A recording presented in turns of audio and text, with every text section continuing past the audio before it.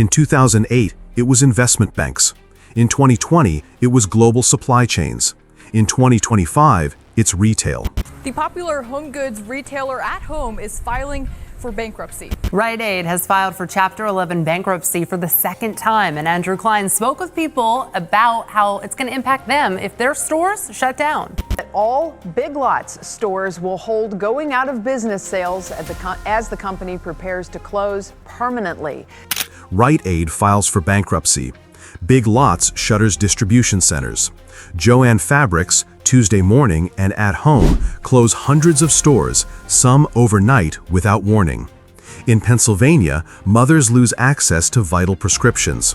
In Ohio, former cashiers line up for unemployment. In Texas, strip malls echo with silence. What began as a slow decline is now a cascade. What once symbolized middle-class stability, a nearby store, a familiar logo, a weekend shift, is now vanishing. The shelves are not just empty, they're abandoned. Some never restocked since spring. This is not a recession, not yet. But to thousands of communities across America, this collapse is already real and strangely quiet. For most people, the loss of a pharmacy isn't headline news. But to families like those in Wormleysburg, Pennsylvania, it's the loss of daily access, familiarity, and stability. It's a family corporation that started here in this part of the state. And they've been around for a long time, but they ran into some problems many years ago. Across towns like Camp Hill and Lemoyne, that story repeats. No closing ceremony, no formal announcement. Just empty shelves, locked doors, and phone lines that no longer connect. It's not just about medication. It's about the last place within walking distance that still took cash. The last job that allowed flexible shifts for a single parent. The last store where people were known by name. Rite Aid was once the third largest drugstore chain in America, with over 4,500 locations. By 2025, it had filed for bankruptcy for the second time, and over 300 additional stores were marked for closure. But this isn't just a Rite Aid story. Jo-Ann Fabrics is closing nearly 500 stores following a failed turnaround strategy. Tuesday Morning has liquidated completely. Big Lots, once a low-cost retail staple, is now exiting multiple states after shedding warehouses and staff. The supply chain impact is real. Distributors tied to these chains, from health product packaging to paper goods, face sudden revenue losses. Small-scale manufacturers that depended on nationwide shelf space now fight for relevance online, where algorithmic pricing replaces human buyers. Even local trucking firms feel the fallout. Rite Aid owes Uber Freight over $9 million for undelivered logistics invoices. Source: Bloomberg, June 2025.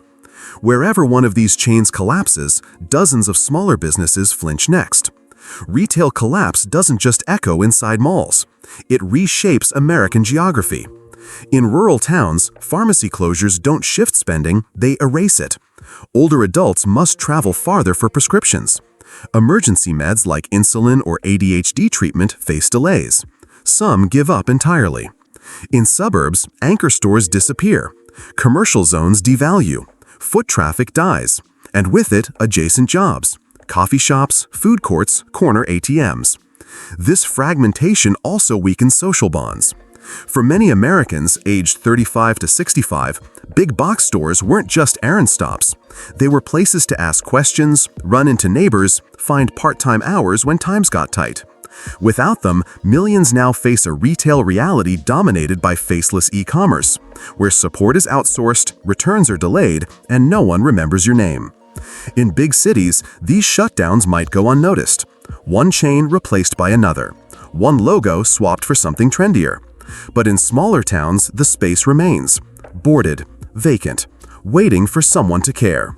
For the people who depended on these stores, there is no merger, no pivot, just a quiet void that once sold shampoo, bandages, and something far rarer in 2025, trust.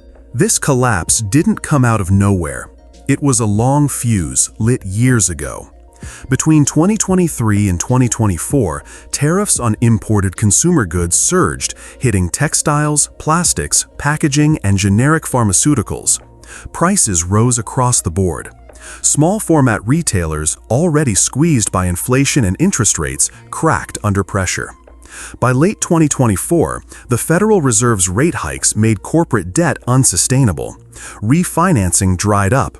Store leases became ticking bombs. Then came the structural hits.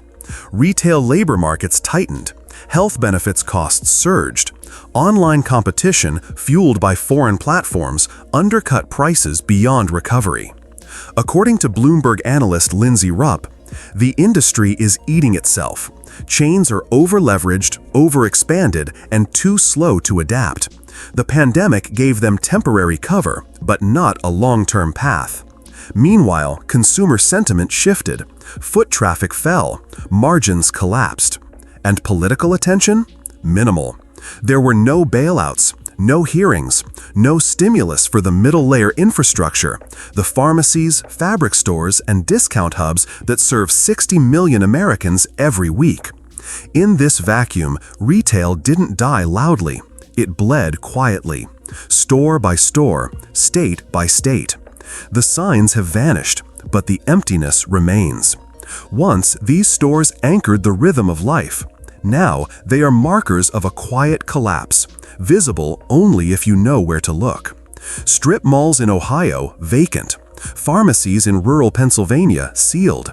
Empty shelves gather dust across dozens of towns where the last retail light has gone out. There was no explosion, no sirens, just silence.